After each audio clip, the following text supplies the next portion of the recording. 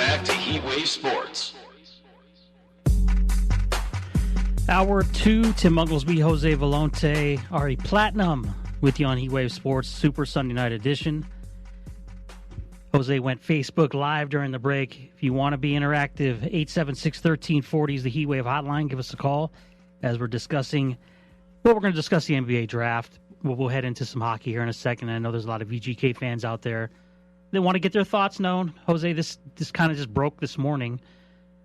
So we'll talk about that here in just a minute. But let's go over the draft real quick. We talked about Zion and what we think will happen in New Orleans. Just your thoughts on let's go 2 through 5, Morant to Memphis. I think that was a great move. We all knew it was going to happen, especially after Memphis went ahead and traded, the long point guard there that's been there forever, Mike Conley. I think it was a great move. I think it's going to work out for Conley as well. I think him going to Utah, playing there with Spider Mitchell should be a pretty good overall thing for him. I think Ja Morant has a lot of upside.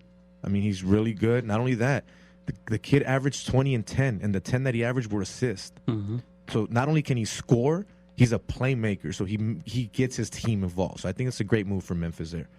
Now, R.J. Barrett, number 3, I think he's going to win the Rookie of the Year, first of all. That's my prediction. I'm saying it now. I honestly think R.J. Barrett's going to win the Rookie of the Year, and here's why. Before Zion, everybody was talking about how great R.J. Barrett was, how he was the best player in college, how he was going to be the best player in the draft overall. But then he dips to number 3. We all know his struggles when Zion got hurt and his numbers went down, but that's okay. But here's the tough part. You're in New York. You're going to be put on a pedestal. As where Zion is in New Orleans. New York's more of a transit city. People move there to live there and visit. As where people in New Orleans live there and people just visit. Doesn't nobody move to go live in New Orleans. So I think overall it's going to be tougher for R.J. Barrett, but I think this is a great move for the Knicks. I think they finally got it right. I know he still has to play. Nothing's been done yet. But if you look at this kid's character, away from the game of basketball the way he is, I think it's a great fit for New York. I think they need a changing of the guards there per se overall, and I think he can be that guy. I like the pick, too. Look, they have a lot of money to use. Whether they use it all depends on, like we said in hour 1, where these guys decide they want to play. That doesn't mean the money's not going to be there again. So, again, if you're looking for a short-term solution, this is not what you want to do if you're a Knicks fan. You've already been languishing towards the bottom for years. Mm-hmm. Let's play it out and do it right, and then you can draw some big names in to go with these young kids that kind of mature at the right time. Now, number 4, Atlanta trades in to get DeAndre Hunter, the big power forward out of Virginia. Look, I kind of like this. I like what Atlanta did in this draft all around. They got Reddish at 10 out of Duke as well. So Duke had 3 guys in the top 10 drafted. And my sleeper pick's coming up. He also was drafted by the Hawks. Okay. But I like DeAndre Hunter. And look, Atlanta, again, another team that's kind of just been terrible for many, many years. You're hoping that this is, you when you look at what they've did, you're like, okay, I like everything they did. It's just got to translate on the floor. And sometimes it just doesn't happen. But you have to go by that formula. That's the only way you can do it, because I don't think you're getting top-tier free agents to go to Atlanta, which is sad. It's you think about that city, why would you not want to play there? It just seems to be the losing culture has probably kept a lot of players from going there. DeAndre Hunter is a great pick, I honestly think. I mean, you got your point guard last year. You get a good big body now in your power forward with DeAndre Hunter. I like what he did in Virginia, man. He was really good when he was out there. And yes, Atlanta's not getting enough talk because of their culture of what they had or how bad they have been in their rebuilding. But quietly, you got Cam Reddish and you got DeAndre Hunter. Cam Reddish was being talked about as a great player as well, and he dipped in the draft. The way that Atlanta came out in this draft shows you what they're doing and what they're ready for. They're rebuilding. Obviously, we know that. But it looks like they're getting ready to win sooner than later. And I like what they did. I agree with you. Trae Young had an unbelievable rookie year. Had an unbelievable rookie year. John Collins is a solid player. Kevin Huerter decided he wanted to show up. And the thing about Trae Young is he's only going to get better. A lot of people don't like the way he shoots, but he's only going to get better at his shot, man. You guys got to relax with him for a little bit. Number 5 was Winston Garland, the former point guard, NBA point guard son. Darius Garland. From Vanderbilt? Yeah. Again, look, Cleveland's doing it the right way. But another point guard? You drafted Sexton. From what I understand, they're playing them together. So, in today's day and age, the 1 through 5 doesn't really matter as much. But Cleveland, I think Cleveland's in a situation where they know they're not going to be good for a while. So The pick doesn't matter. yeah. And really, who else would they have taken at that pick? It would have either been Kobe White, who went a couple picks later to the Bulls. I like that one a little bit as well. Other than that, out of the top 10, I thought Reddish was value-wise, top 10 was good. I mean, anybody else you see here before we get to our sleepers? Top 10? Not really, to be honest with you. I mean, in my opinion, top 4 we knew was going to happen. Yeah. Aside from that, wherever the chips fell, they did. So my sleeper, only because I'm a huge Maryland Terrapin fan. Oh, here we go. Bruno Fernando went in the second round, number 4. Bruno. To Atlanta. Big boy, center. I wanted him to come back, but I knew he wasn't. 6'10", standing, he's 9'1". So, he is what they call a work in progress, but he's an athlete at 6'10", 240 pounds. I think he fits in perfectly with what Atlanta's trying to do. Again, it has to translate onto the floor. But I think for sleeper purposes, I think he'll be a good fit there. Will he be an NBA superstar per se? I don't know about that. But for value-wise, to get him in the beginning of the second round, I like what Atlanta did. My sleeper pick, he went in the first round. Number 32. What position let me see. Where did he get drafted here? I want to make sure. Number 21 overall. Matisse Thybulle, if I'm saying his name correctly, from Washington. I like the kid. I like the pick. I like the pick for Philly, and here's why.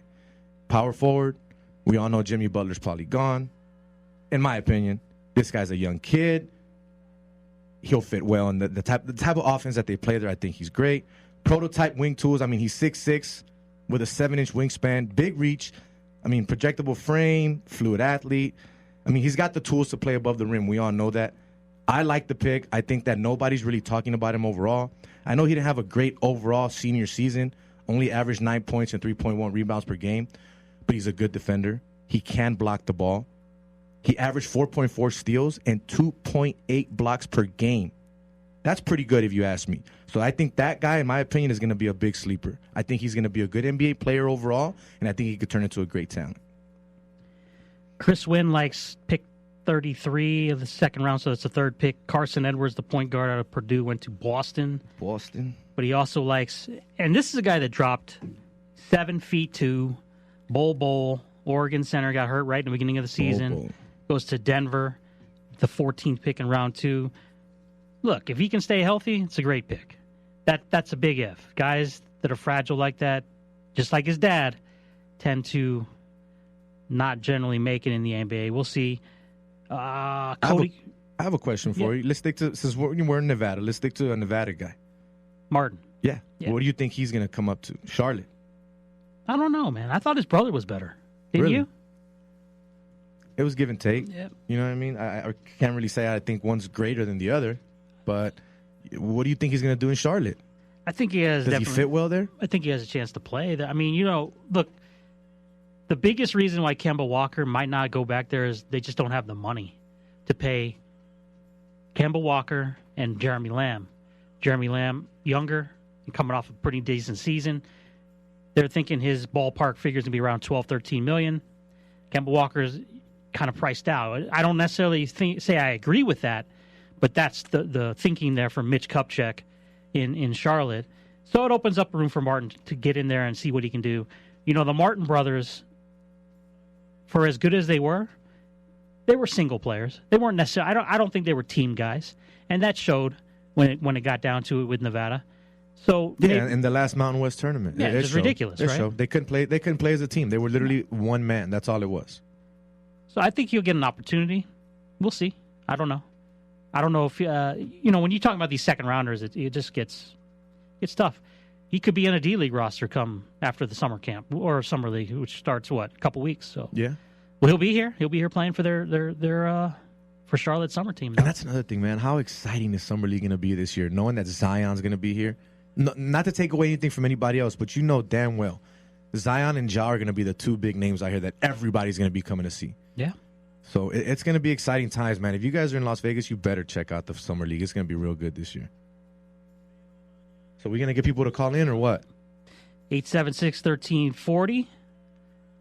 So the big off-season discussion. We don't talk a lot of hockey here on the show because, as Tom says, look, Ballpark Frank and Ryan do a great job Monday through Friday. You get your nice hour fix of Vegas Golden Knights, and you really don't want to hear our thoughts on it because we're haters.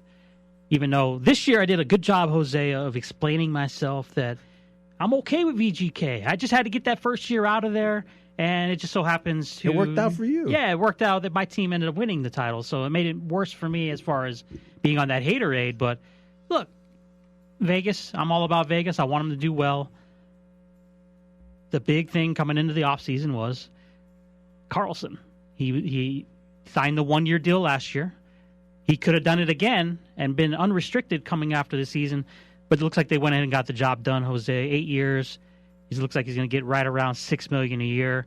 Almost a little bit of a discount if you look at some of the players that signed that are supposedly in his league, I guess, of when you start ranking players, guys above him making $7 or $8 million. So I think it looks basically like he likes the city, he likes the team, he wanted to stay, and he just wanted to get it done. So Vegas kind of got a deal on that. They saved a couple $1 million. But there was never a doubt in my mind he wasn't coming back. I think it was a foregone conclusion, and they just need to make it official with a pen on paper now. No, yeah, I think it was a great move, and not only that, you being a Capitals fan, you know George McPhee. You know the type of moves he makes, the type of teams that he can create. So we know exactly what he can do. He knows how to do his job, and he's done it great for many years. But I think it was the right time, and like you said, yes, I think he got it there at a little bit of a hometown discount, but he proved the first season he did something he's never done in his career, over 40 goals in a season. That's nuts. This season, not the same, but still, over 20 goals scored this season. Really good season for him there. So, yeah, I think the money that he got, keeping him here, 8 years? Yeah. I mean, that's great. You're solidifying this kid here for 8 years. Not only that, if he gets better down the road and you have more money, things can move around. Things happen where you can probably pay him more. I think now is the right time and the best time to get him signed. You already went through the draft. I didn't follow the NHL draft that much, so I'm not going to get into all that. But the draft is over. Free agency is here. The first guy you had to sign, you finally got out of the way. You didn't have to go through all of the stuff that you went through all of last season. Not only that, you can tell he likes it here. You can tell he likes the fans. If he goes to another city or another team, is he really going to be the William Karlsson that we've seen him be here? I don't think so. So I think him staying here and then signing him to the money, price was right, timing, perfect. They have him locked up. Marcia Show's locked up. Alex Tuck's locked up. Stone is locked up. They're set. Pacioretty for 4 more years. Stastny a couple years. Riley Smith a couple years. Here's the thing. With any signing for more money, there's a cap. The cap's going to get involved somewhere. They have not signed Gusev, who they all Russian think, dude. right, the 26-year-old who's supposed to be amazing. You got to assume that's going to get done somewhere. So that just means people aren't coming back, Jose. And that's something that Vegas fans who are new to hockey are going to have to struggle with, losing players every year. You get attached to a team, especially that first-year team, and all of a sudden David Perron's gone. And you're like, what happened, right?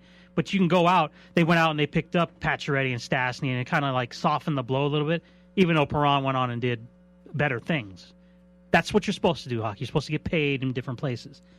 These are the UFAs right now for Vegas. And the cap room, they're at the limit. So they have to make some creative moves here, right? Cody Eakin is coming up on his last year, so as is Ryan Reeves, as is Eric Holla. Something tells me somebody in this group gets moved somewhere, because when you're playing off that last year contract, it's a little easier to get value if you can move them for somebody cheaper, I guess, or a prospect. Plus, they're going to be overloaded at that position at center now, anyways. Something tells me one of Eakin or Holla, in my mind, goes. Ryan Carpenter's unrestricted right now. He might not come back. Bellamar's unrestricted. He might not come back. Brandon Peary, probably not going to come back. You said Ryan Reeves, restricted or unrestricted? He's playing on his last year right now. Okay. 2.775 contract. Maybe you get something for him. He had a pretty good year last year, right? Offensively, he turned out one of the best seasons he's had. Right. Plus, he's an enforcer. Yeah.